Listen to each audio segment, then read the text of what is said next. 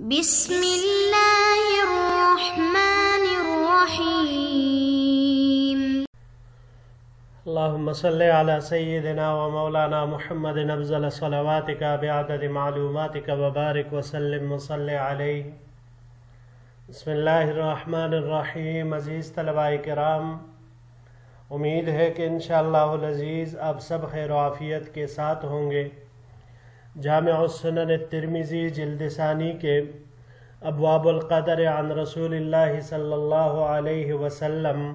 کے ایک اور درس کے ساتھ اللہ جل شانہ کے فضل و کرم سے آپ کے خدمت میں حاضر ہونے کا موقع ملا۔ بحمد اللہ تعالی آج ہمارا سبق نمبر 126 ہے، تو بڑھتے ہیں اپنے سبق کی طرف۔ باب ما جاء لا عدوى ولا حامة ولا سفر۔ یہ باب ہے عدوى، حامہ اور سفر کی نفی کے بیان میں۔ وبه قال حدثنا بندار قال حدثنا عبد الرحمن بن مهدي قال حدثنا سفيان عن عمارة بن القعقاع قال حدثنا ابو زرعة بن عمرو بن جرير قال اخبرنا صاحب لنا عن ابن مسعود رضی اللہ تعالی عنہ قال، ہمیں روایت کی بندار نے، انہوں نے روایت کی عبد الرحمن ابن مہدی سے، انہوں نے سفیان سے، انہوں نے عمارۃ ابن القعقاع سے، انہوں نے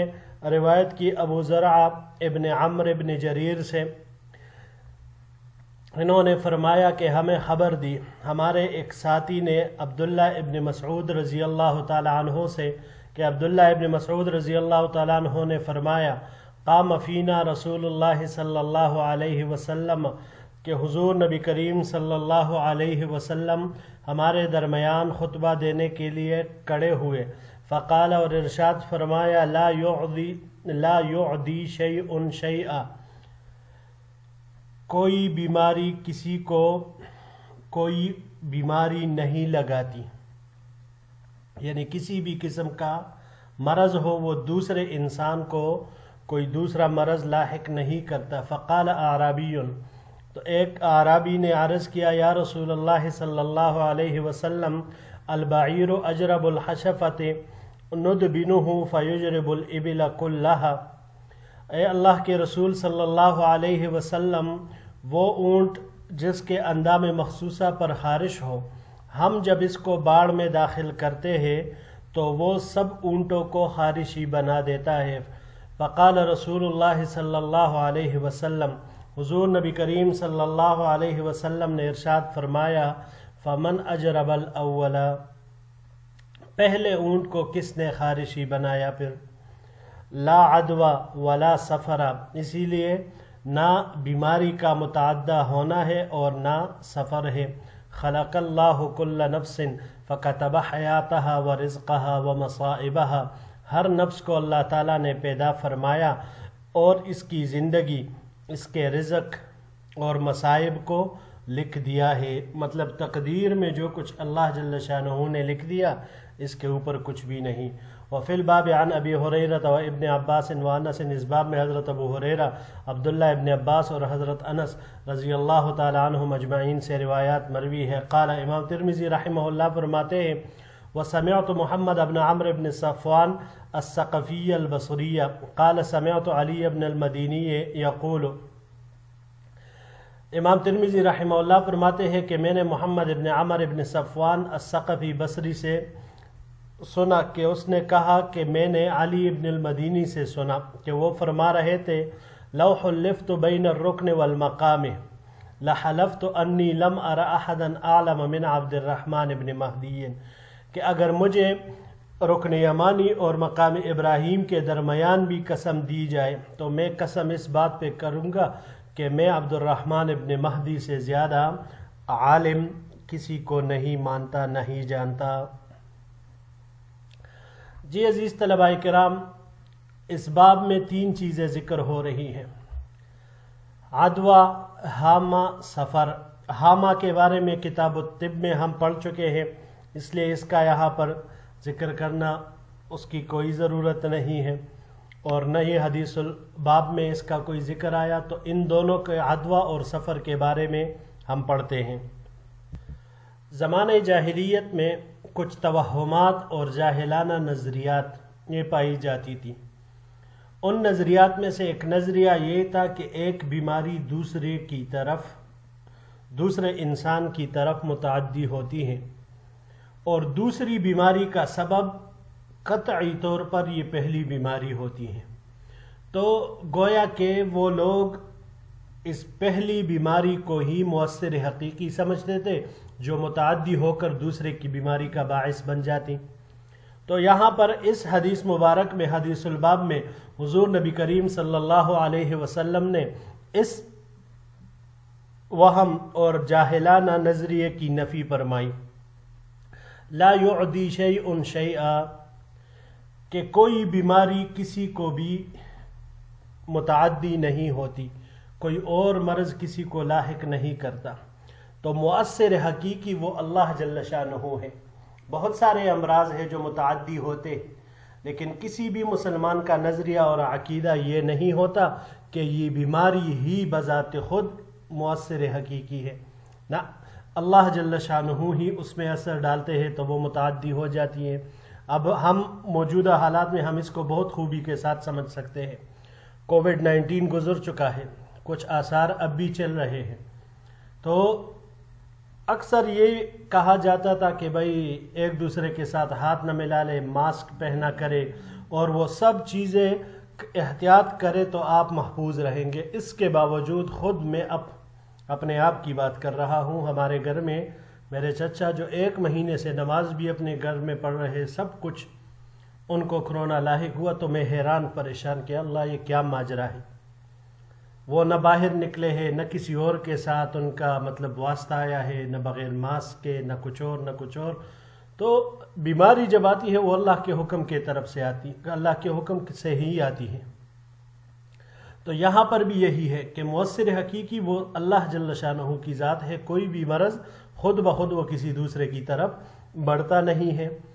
تیسرا جو یہاں پر ذکر ہوا ہے سفر حامہ کے بارے میں، ابواب الطب میں ہم باب ما جاء ان العین حق والغسل لها، اس میں اس کی تفصیل پوری بیان کر دی ہے، تو اس میں رجوع فرما دیجئے۔ ولا سفر کے بارے میں عرب میں بہت سارے فاسد نظریات تھے۔ علماء کرام نے کچھ اقوال اس میں سے نقل فرمائے ہیں۔ پہلا قول اس میں یہ ہے، بعض حضرات کے نزدیک، کہ اہل عرب بعض اوقات ماہ محرم کو مؤخر کر دیتے تھے اور سفر کو محرم قرار دیتے تھے، اسے محترم مہینوں میں شمار کر لیتے تھے۔ تو اسلام نے اس رسم کی تردید کی اور اس کو باطل قرار دے دیا۔ انما النسیء زیادۃ فی الکفر، قرآن مجید میں جو مذکور ہے تو اس سے مراد یہی ہے، اسی کا ذکر کیا گیا ہے۔ امام بخاری رحمۃ اللہ علیہ نے اس کی تفسیر یہ کی ہے کہ عرب کے ہاں سفر سے مراد ایک بیماری ہے، پیٹ کی ایک بیماری مراد لیتے ہیں امام بخاری رحمہ اللہ۔ تیسرا قول رعبہ ابن عجاج کا ہے، وہ کہتے ہیں کہ سفر یہ ایک سانپ ہے جو پیٹ میں ہوتا ہے، جب بھوک کے وقت یہ کاٹتا ہے اور کبھی کبھی تو اس قدر شدت سے کاٹ لیتا ہے اندر سے کہ آدمی ہی ہلاک ہو جاتا ہے۔ چوتھا قول اس میں یہ ہے کہ سفر پیٹ کے اندر ایک قسم کا کیڑا ہے جو بھوک کے وقت کاٹتا ہے اور کبھی انسان کے بدن میں درد پیدا کر کے ہلاک بھی کر دیتا ہے۔ اور پانچواں قول اس میں یہ ہے، بعض حضرات کہتے ہیں کہ اس سے مراد ماہ سفر ہے، کہ عرب زمانے جاہلیت سے اسے منحوس سمجھتے تھے، تو سفر میں اس شادی بیاہ اس سے اجتناب کرتے تھے۔ اس قسم کی ذہنیت کے لوگ آج بھی کچھ انتہائی پسماندہ علاقوں میں پائے جاتے ہیں، جو آج کل یہی سوچ رکھتے ہیں اس دور میں بھی کہ ہر طرف علم کا دور ہے، تعلیم کا دور ہے، یہ ذہن اب بھی بعض میں پایا جاتا ہے۔ تو حضور نبی کریم صلی اللہ علیہ وسلم نے ولا سفر کے ساتھ ان تمام فاسد اعتقادات اور خیالات کی تردید فرمائی کہ شرع میں، شریعت اسلامی میں اس چیز کی کوئی گنجائش نہیں ہے۔ اللہ تعالیٰ نے ہر ایک نفس کو پیدا کیا ہے، اس نے کتنی زندگی اس دنیا میں گزارنی ہے، کتنا رزق اس نے کھانا ہے، کیا کیا اس پر تکالیف، مصائب، مشکلات آئے گی، کون کون سی خوشیاں اس کو ملے گی، کتنا مال ملے گا، یہ سب کچھ اللہ نے بہت پہلے سے ہی طے فرمایا ہے۔ بڑھتے ہیں جی اگلے باب کی طرف۔ باب ما جاء ان الایمان بالقدر خیرہ و شرہ، یہ باب اس بیان میں ہے کہ تقدیر پر ایمان لانا ضروری ہے، خواہ وہ اچھی ہو یا بری۔ وبه قال حدثنا ابو الخطاب زیاد بن یحیی البصری قال حدثنا عبد الله بن میمون عن جعفر بن محمد عن ابیہ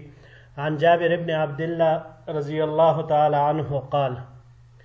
ہمیں روایت کی ابو الخطاب زیاد ابن یحییٰ بصری نے، انہوں نے عبداللہ ابن میمون سے، انہوں نے جعفر ابن محمد سے، انہوں نے اپنے والد محترم سے، انہوں نے حضرت جابر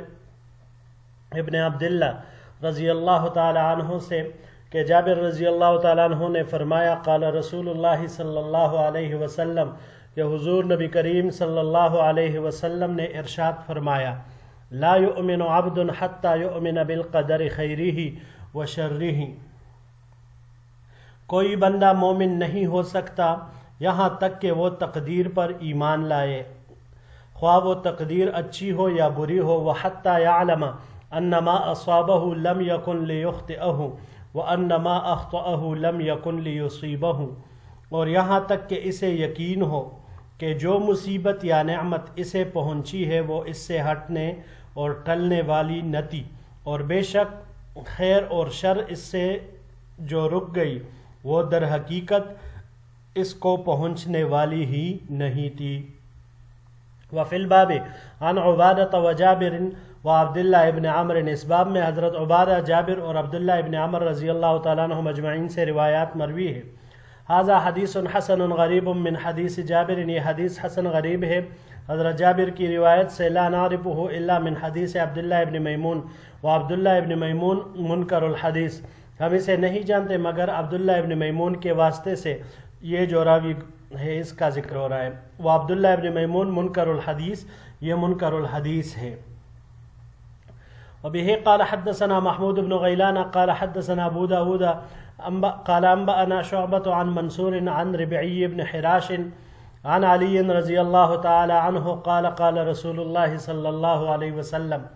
ہمیں روایت کی محمود بن غیلان نے، انہوں نے ابو داود سے، انہوں نے کہا کہ ہمیں خبر دی شعبہ نے، انہوں نے منصور سے، انہوں نے ربعی بن حراش سے، انہوں نے حضرت علی کرم اللہ وجہہ سے کہ انہوں نے فرمایا کہ حضور نبی کریم صلی اللہ علیہ وسلم نے ارشاد فرمایا، لا یؤمن عبد حتی یؤمن باربع، کوئی بندہ مومن نہیں ہو سکتا یہاں تک کہ وہ 4 چیزوں پر ایمان نہ لائے، یشہد ان لا الہ الا اللہ وانی رسول اللہ، گواہی دے اس بات کی کہ اللہ کے سوا کوئی عبادت کا لائق نہیں، اور یہ کہ میں اللہ کا رسول ہوں، بعثنی بالحق، اس نے مجھے حق کے ساتھ بھیجا ہے، ویؤمن بالموت ویؤمن بالبعث بعد الموت ویؤمن بالقدر، اور موت پر ایمان لائے اور اسی طرح موت کے بعد دوبارہ اٹھنے پر ایمان لائے اور تقدیر پر ایمان لائے۔ وبه قال حدثنا محمود بن غیلان قال حدثنا النضر بن شمیل عن شعبة نحوه، ہمیں روایت کی محمود بن غیلان نے، انہوں نے نضر بن شمیل سے، انہوں نے شعبہ سے اسی طرح، الا انه قال ربعی، مگر یہ کہ انہوں نے ربعی کہا ہے، ربعی عن رجل عن علی، ربعی کے بعد انہوں نے اس سند میں رجل کا اضافہ کیا ہے۔ یہاں پر